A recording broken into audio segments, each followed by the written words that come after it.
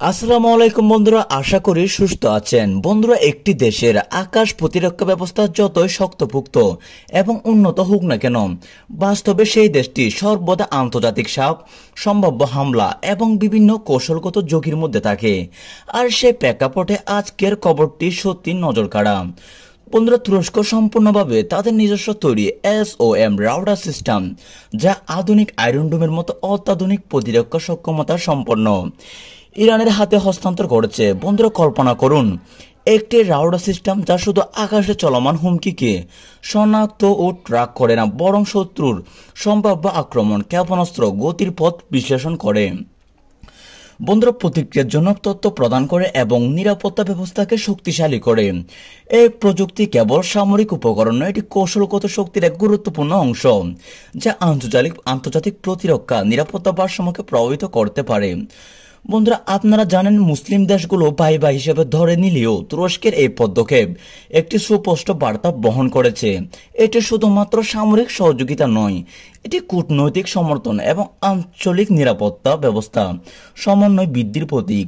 তবে বন্ধুরা, ইসরায়েল এবং আমেরিকার উদ্বেগ স্বাভাবিক, কারণ তারা চাইবে না কৌশলগত ভারসাম্যের জন্য সম্ভাব্য ঝুঁকি হিসেবে ইরানকে দেখছে এবং বিভিন্ন পর্যায়ে পর্যবেক্ষণ ও প্রতিক্রিয়া বাড়াচ্ছে।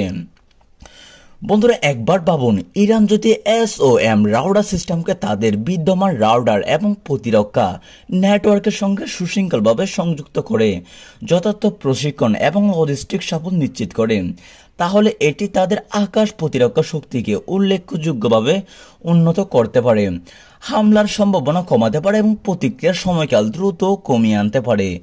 এই হস্তান্তর কেবল প্রযুক্তিগত সহযোগিতা নয়, এটি ভূরাজনীতির একটি শক্তিশালী বার্তা, যা আঞ্চলিক শক্তির ভারসাম্য নিরাপত্তার মানচিত্রকে প্রভাবিত করতে পারে।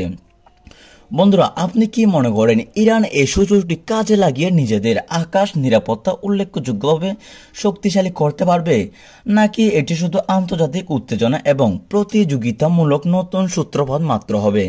কমেন্ট করে জানান বন্ধুরা আপনার বিশ্লেষণ অনুযায়ী কতটা ইরান সফল হতে এবং পদক্ষেপ নিতে যাচ্ছে। বন্ধুরা, ইরান হচ্ছে মুসলিম বিশ্বের সবচেয়ে শক্তিশালী একটি দেশ, যারা যে কোনো নিষেধাজ্ঞা কাটিয়েও বিভিন্ন অস্ত্র বাজারের মধ্যে সাম্রাজ্য করে আছে।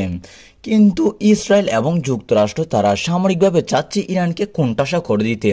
কিন্তু ইরান যেহেতু একটি মহাশক্তিধর দেশ, তাই ইরানকে তারা আপাতত এখান থেকে রুখে দাঁড়াতে পারছে না।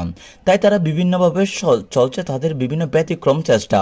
তবে ইরান এগুলো কোনো পরোয়া করে না। বন্ধুরা, আগামী 5 বছর পর ইরান কোন মহাশক্তিতে পরিণত হতে পারে তা একটু কল্পনা করে দেখুন। বন্ধুরা, এতক্ষণ আপনাদের সাথে ছিলাম আমি পুষণ, এবং ভিডিও ভালো লাগলে আমাদের চ্যানেলটি সাবস্ক্রাইব করে দিবেন। ধন্যবাদ।